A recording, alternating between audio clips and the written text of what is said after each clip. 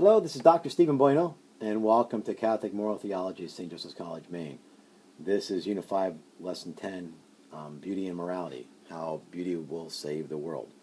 This is the final unit lecture of the course. I want to briefly recap. We began this course by laying the foundation of an adequate anthropology and its relation to the incarnation and human flourishing. We then proceeded to ground the human happiness in this freedom of excellence in relation to human acts, which are all directed towards an ultimate union with the Trinitarian God. And we also spoke about discovering the greatest idea in the world and the nature of God, love, and then how we participate in this nature of the God that we image. And this last presentation will be a little bit more effective. I'm going to discuss the nature of beauty. In order to do that, I'm going to rely on some things that theologians have written about beauty, and also some authors from literature who have tried to convey theological notions through their writing. Today, I want to connect beauty with the heart. In philosophy, there is this connection known as the epistemological ladder. Now, epistemology, again, is the study of knowledge or of knowing. It investigates the methods. So the ladder is basically this. Beauty leads to truth, and truth leads to goodness. Now, we know that all creatures bear a certain resemblance to God, most especially man, who has been created in the image and likeness of God. And the manifold perfections of creatures, their truth, their goodness, and their beauty, they all reflect this infinite perfection of God. So we too often associate, knowing with reason alone. But beauty then is also a way of knowing. And here's the point. If the ladder goes beauty, truth, and goodness, then beauty is the first rung in the ladder. So if Satan is the great liar, wants to derail our pursuit of truth and ultimately our goodness. Remember how I said a lot of things that are going on in our cultures now, we cannot win the arguments rationally, and I said we have to go to the heart. We're going to have to figure out how to do that, and this is part of that. So what happens is that if you can derail somebody's understanding of beauty, that is, kick out the bottom rung of the ladder, then you don't have to try to subvert the truth or the goodness. So the goal has always been to destroy the human person's understanding of beauty. That is, get them to think what is ugly is beautiful. This is like turning a road sign. Once the road sign is turned, you don't have to destroy the location that people are trying to get to, because they'll never be able to find it. They're doomed on their journey from the start. Let's not forget, he's the greatest liar, and we should keep that, to heart, that we are not going to outwit him. So we ask, is beauty in the eye of the beholder, or is beauty something that beholds our eyes? Now, I want to briefly talk about the nature of beauty. And to do that, I'm going to look at C.S. Lewis's The Abolition of Man. Now, in The Abolition of Man, he has two fictional names, Gaius and Titius. Gaius means in Latin a guy, and Titius a fellow. We know who they are, Alex King and Martin Ketley. They're the authors of what he calls in the book Abolition of Man, he calls it the Green Book. That's just a fictional name. The actual book is The Control of Language, a critical approach to reading and writing. Now, this was a high school textbook of the day, so what are we talking, 1940s? And Gaius and Titius, in their textbook, they were mentioning an historical happening. Now remember, this is a book about the control of language, about reading and writing. So they just happen to put this here as an anecdotal thing, but they can't help themselves but to try to mention something about it. And C.S. Lewis says it's more devious than they may have ever intended. So the historical happening is Dorothy Wordsworth. She took her brother William Wordsworth and Samuel Taylor Coleridge on a trip. Now, they're out walking and writing in her journal, and they're remarking on the account from her memoirs. Now, Coleridge's remark, as they're looking at a waterfall, Coleridge says the waterfall is sublime. Now, that's all that was in the actual journal. But in this textbook, the commentary said, when the man said this is sublime, he appears to be making a remark about the waterfall. Actually, he was not making a remark about the waterfall at all, but only about his own feelings. What this means, then, is that beauty is nothing more than a projection of our taste. Now, C.S. Lewis at this point lashes out. And if the reader's not keen to the intention, he says, they would simply think Lewis is being pedantic or petty. He says, what is at play here is that psychological emotion response towards the waterfall, which lies solely in the subjective experience of the viewer. In other words, it seems as if he's saying something, they claim, about the waterfall, but in fact it is nothing more than a projection of his own taste, and tastes differ. This is how the way that we get to thinking that beauty is in the eye of the beholder. He goes on to state later, which I won't go into the whole concept that he built, but he says no student is stupid.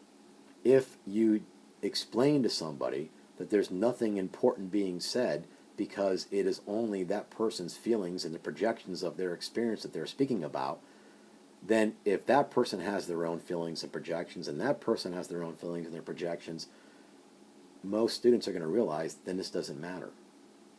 So this was one of the critiques that Lewis says that appear in this text for school students who are going to perhaps miss the subtlety of it, but nonetheless be improperly formed. Now, there's a link here that he goes on to make in another chapter about the connection between beauty and the heart. The chapter is entitled Men Without Chest. So I want you here to think of the human person in three parts. You have the belly. This is the guttural, the visceral. This is where all the emotive elements are. And then you have the intellect. That's the head. And then you have the heart. And the heart is which holds the person's virtue. So the emotions, as they exist in the belly, because that's the visceral, the authors are trying to say they're important. But C.S. Lewis says it's not that they're not important, but they have to be ruled by the head. The head is the seat of the intellect.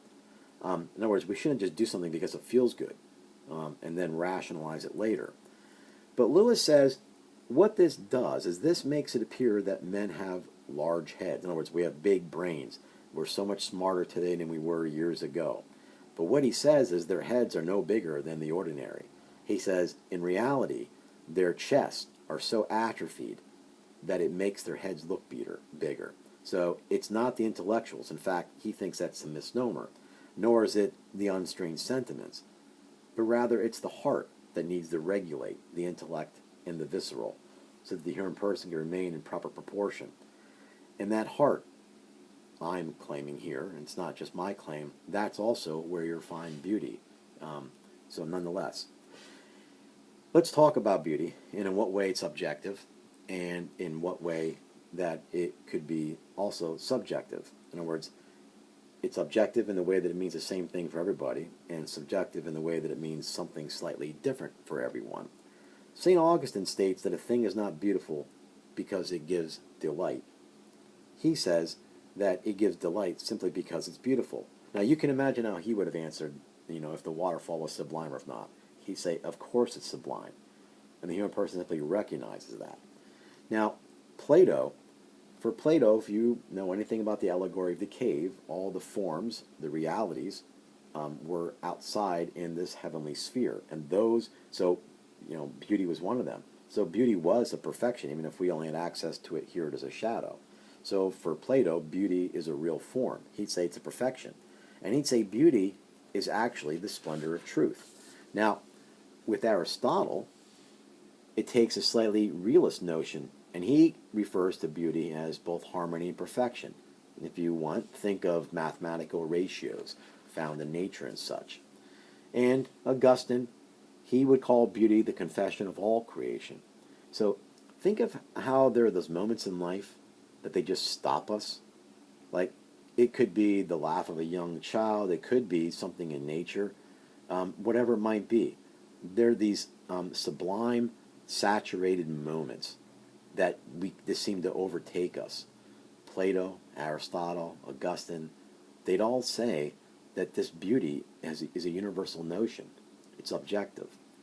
In the reality, the idea of beauty and of knowing came through revelation from the medievals. By the time you get to the Enlightenment, and things are a movement away from religious authority to the authority of reason, you'll start to hear, even though they would consider beauty objective, they would not put it on the same level of the intellect because it's not a product of our cognition. So the Enlightenment was a reaction to the medieval period. But even the elevation of reason and the Enlightenment, that too had a reactive movement later, the Romantic movement. The Romantic movement saw, towards the mid to the latter part of the 19th century, that this did not account for the man's imagination and such. So, you see literature that comes around in that time, whether it be Jane Austen or Mary Shelley and such. And then the postmodern that we've already sort of mentioned a little bit in terms of the anti-foundationalism and the anti-essentialism. Art now is nothing more than an expression of the artist.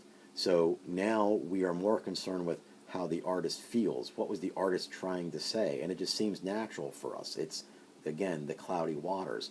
Michelangelo, Raphael, Caravaggio would not have, they would have been concerned how we feel, but they were not simply trying to express their feelings. They were trying to portray a certain level of truth and a certain level of goodness and a certain level of beauty. But what you have, if you've ever seen the MGM logo with the roaring lion, look above it and it says Ars Gratia Artis. It literally means art for art's sake. So in other words, it's the expression of the artist that matters. Art and beauty no longer has a telos. It no longer has a goal, which means it has been broken in the sense that it can no longer reflect God's infinite perfections. That's how the bottom rung of the ladder was knocked out. So we have to admit, though, that beauty is not without some of its subjective elements, right? There are matters of taste. We recognize that more often with the idea of beauty used in some way that we would speak of it in terms of taste. Thankfully, individuals are attracted to different types of beauty in other people, or we'd all be fighting over the same exact type of person. And even within art, it affects our senses and taste differently, and so does music. But even though there are certain traits that are pleasing, to this person or to that person, and maybe our sense of this type of beauty might be slightly conditioned by culture, it's not entirely subjective.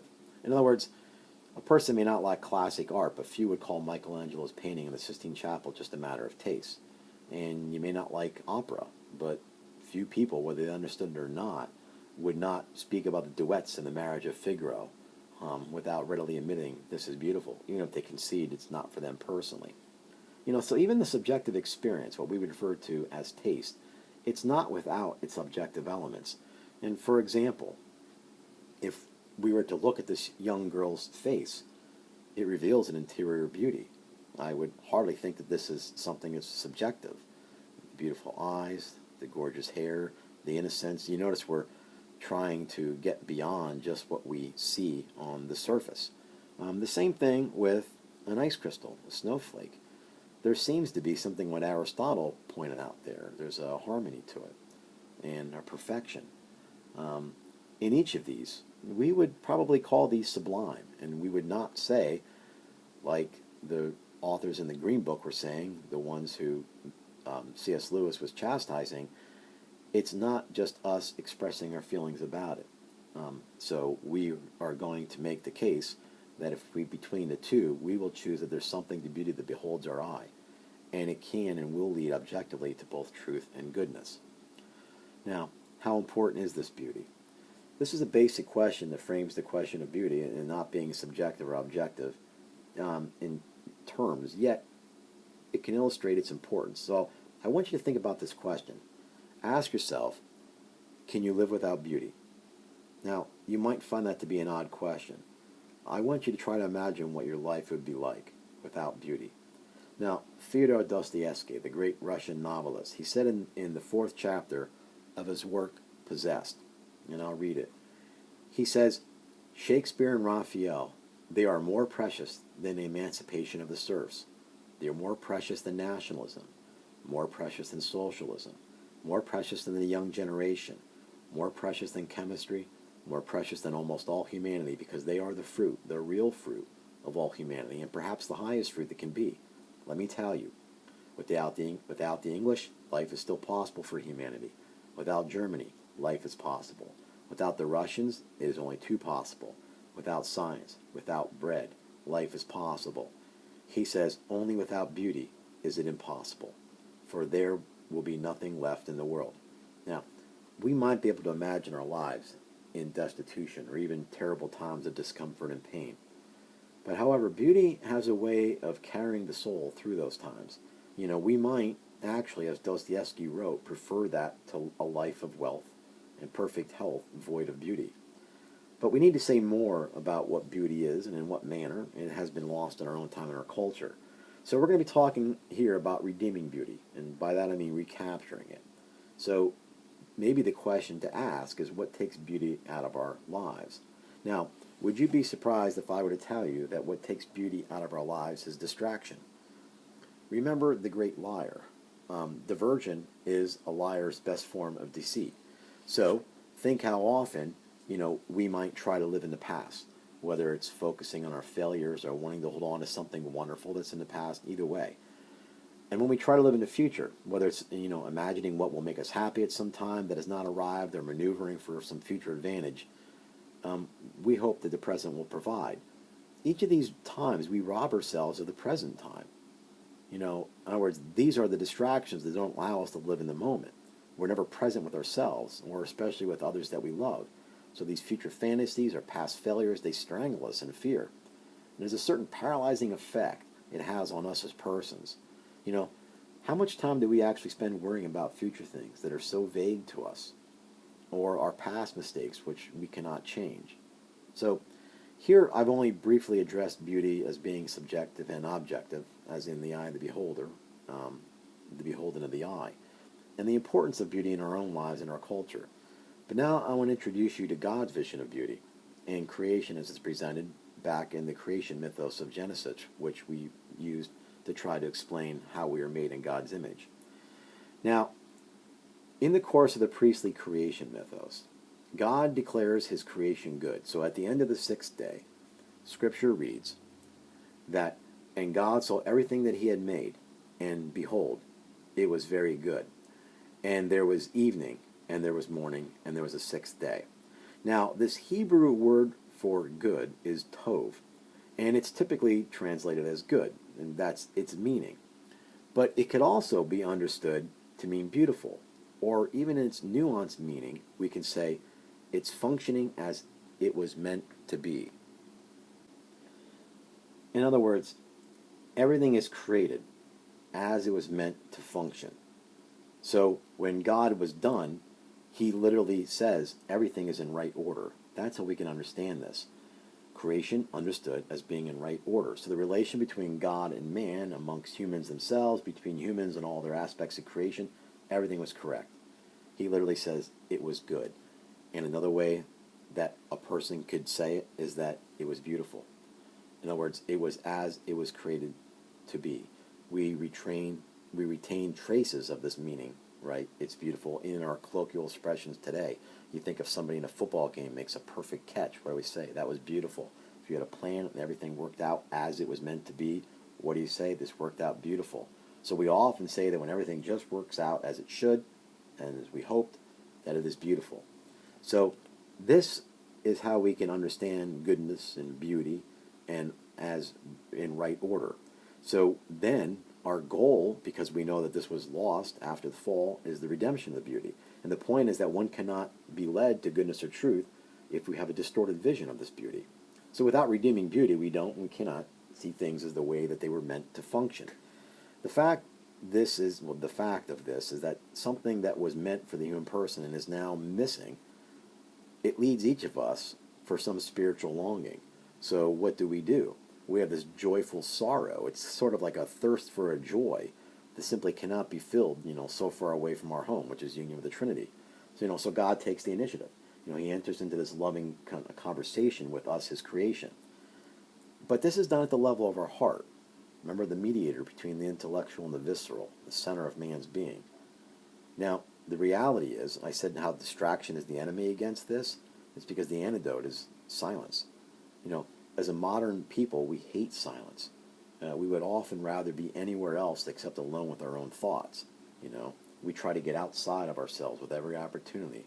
But that never does get rid of the void. It's like eating carbohydrates. It never gets to the satisfaction of our bodies. So people have constant music in the background, whether we're sitting in a room, driving a car. The cell phone's never more than a foot from our hands. and we never let it idle for more than 15 minutes, and the TV's on in the background for distraction. So what we really need to try to do is reclaim the role of the heart by looking for the silence as necessary, as the antidote. So, contemplation. So, how does this affect, Paul's notion? This has always perplexed me since I was a kid, praying without ceasing. I never understood how we could possibly do it. I can give you another story of me getting hit by a nun. I can't imagine just praying all day, because our understanding of prayer was supplication, asking for things, right? But how does reclaiming beauty involve the mind, the body, and the spirit, uniting all of those? In many ways, this type of praying, it should seem spontaneous, right? Because praying always shouldn't be planned. And it takes on a life of its own. But if we start to understand this, that it's the Spirit praying through us as individuals, but never without us as individuals, then what we really are looking at is God's love and truth within the human person. It's a communication of the Trinity, drawing the person back to the origins. So this is God, leaving, or I should say entering into his creation with his love, which is within us, and then drawing us back to him. It's a returning of the good, the tov, the beauty, to the way that they were meant to function.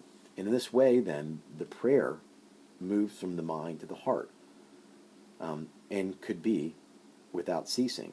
And whatever frustrates this return, that's what we're going to call ugly, because what is ugly puts things out of right order. What is beautiful puts things in right order. Allow me to close this lecture with a literary reference to make a theological point. In Dante Alighieri's Divina Commedia, Dante is guided both through hell and purgatory by Virgil the poet, who meets him at the edge of the dark woods in the mid of his life. Now, Virgil represents reason. He's the great Greek poet. But reason can only take one so far. So reason was fine to take Dante as a guide through Inferno and through Purgatorio. But once reason reached the revealed, heaven, reason had no capacity to draw a person in. So Virgil fades back, and Dante's guide then becomes Beatrice. Now, she represents theology, revelation. If you know anything about this, she was his childhood love, though he only ever saw her twice, and he never had romantic relations with her, and she died quite young. But nonetheless, it was his love and lifelong muse. His works were written to her. So she takes him through heaven, but even here in Paradiso, there's only so far that revelation can take Dante. So for the last few cantos, who shows up as revelation in the form of Beatrice fades away? Saint Bernard of Clairvaux. Saint Bernard of Clairvaux represents mysticism, because at some point, even revelation in its human capacity, it just ceases as one moves into the sphere of directly seeing and contemplating God. Yet even as Dante nears the light of love, this is God himself, he needs to look on the face of the Madonna who shows up, because the Mother of God has to prepare Dante's soul. Remember, she's the most perfect created beauty. Dante now seeing nothing but three circles occupying the same space. This is the Trinity. Dante now aligns his will with the light of God. So this is all Dante can see at this point. You should understand that as everything is being put back into right order. So Dante's will now becomes satisfied. It literally becomes quiet. It no longer is in need of any distracting noise. And once more, it is as it should be. In fact, it is beautiful. Now, in front of this divine light, Dante now sees within this beautiful light truth, beauty, and goodness, in that they now have all become one. So, if you read the last lines of Dante, with Dante speaking, he says, "Here my power rests from their highest fantasy, but already I can feel my being turned." So this is a turning of him as his inner self, reorienting it. So I could feel my being turned, instinct and intellect balanced equally. There's no more disorder. He then concludes by saying, "As in a wheel whose motion nothing jars, by the love that moves the sun and the other stars."